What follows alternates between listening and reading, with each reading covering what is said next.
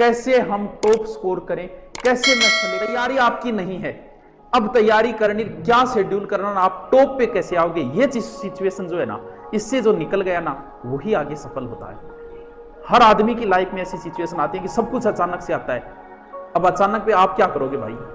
अब देखते हैं आपने अब क्या प्लानिंग की, प्लानिंग क्या की। जैसे हमने कोर्स देखो, अब मैंने ऐसे बच्चे भी देखे हैं जो 2 महीने 3 महीने पढ़ के, मैं ला सकता हूं ऐसे बच्चों को आपके सामने, मेरे पास पढ़े हुए बच्चे हैं जो 3 महीने में राजस्थान पुलिस में सेलेक्ट हुए।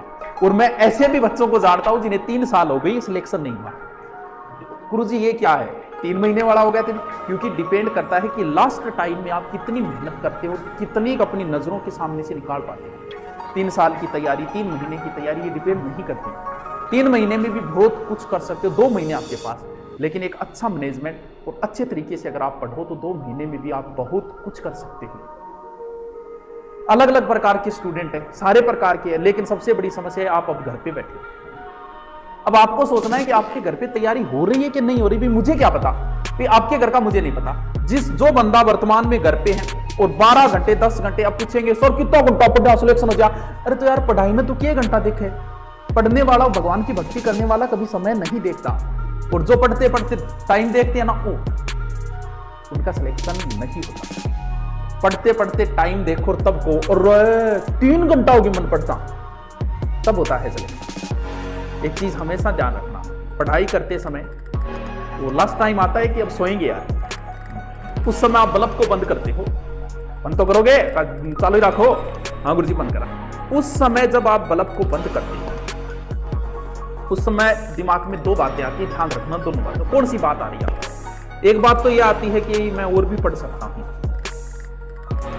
और फिर आपने बल्ब बंद किया, सो गए, सिलेक्शन नहीं होगा। फिर एक दूसरी बात दिमाग में आएगी कि यार अब कौन पढ़ सको यार, अब मैं पढ़ूंगा तो बावड़ो हो जाऊंगा यार, पागल हो जाऊंगा, ज्यादा मेरू कौन पढ़ी जब मैं सोऊंगा। अरे हाँ हाँ, वो तो बहुत अच्छी है। ए बेटा चाचा जी से बात कर। क्यों? अरे चाचा जी बहुत।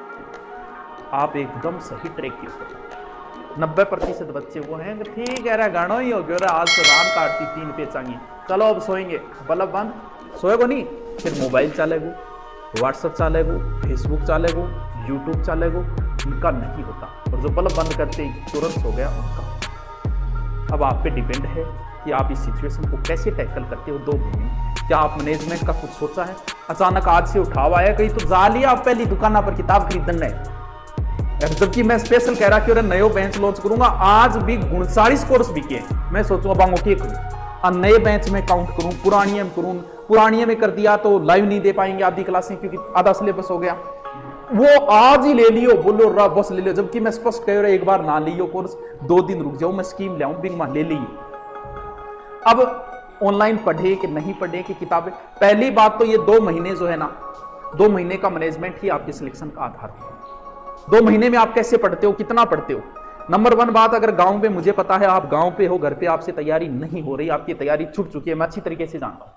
कोई विरला ही बंदा है जो घर पे रह के 15 घंटे 12 घंटे 10 घंटे पढ़ रहा है, बाकी नहीं पढ़ रहे, तो भैया आप 2 महीने के लिए घर अब छोड़ना पड़ेगा, किसी ना किसी प्रकार से छोड़ना पड़ेगा, वरना सिलेक्शन नहीं होगा।